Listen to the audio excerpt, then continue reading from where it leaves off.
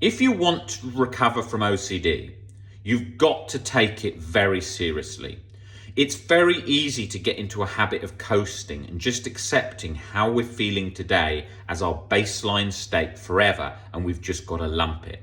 Now that's due to myths in the past that people used to, and still 90% of people tend to believe this, that OCD is just something you've got to lump and put up with for the rest of your life.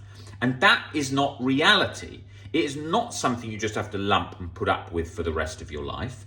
The reason that you feel like that is because your baseline state has been like that for so long, and it's been latched onto these fears for so long that you can't imagine it any other way. But actually, all that's happening there is a fear cycle because of a feared scenario or the sensation of anxiety you fear persisting. So that needs breaking down. You need to look at the irrational beliefs associated to the core fears, or your relationship with anxiety and intrusive thoughts. All of this we do very specifically in the one-to-one sessions and webinars, where we look at the most common core fears and why people are stuck with them and how they're probably relating to your particular problem. Now, that was absolutely vital for my own recovery journey and the thousands of people that I have worked with along with my team over the years.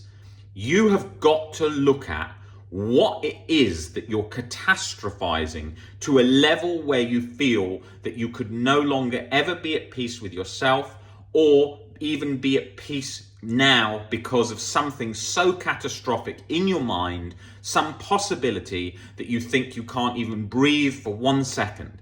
That is what's going on there. That is what is keeping you stuck, and that is what's missed.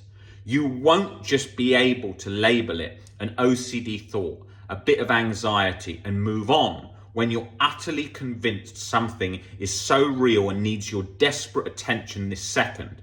OCD then tends to have this sort of self-torturous cycle where it tells you, it sort of entices you to compulsively break something down over and over and over in the past, where it's like you're looking for a lock for a key for a lock that doesn't even exist.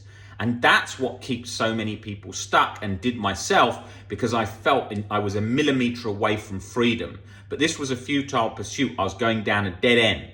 What you've got to do is look at changing your life perspectives and the things that you're holding so strongly and irrationally, those black and white, rigid, irrational beliefs, because those are what are fueling the cycle. But it's missed because we don't see our beliefs that easily, because they're like an internal framework that OCD is operating on that's very hard for us to spot when we're just trying to navigate it ourselves quickly.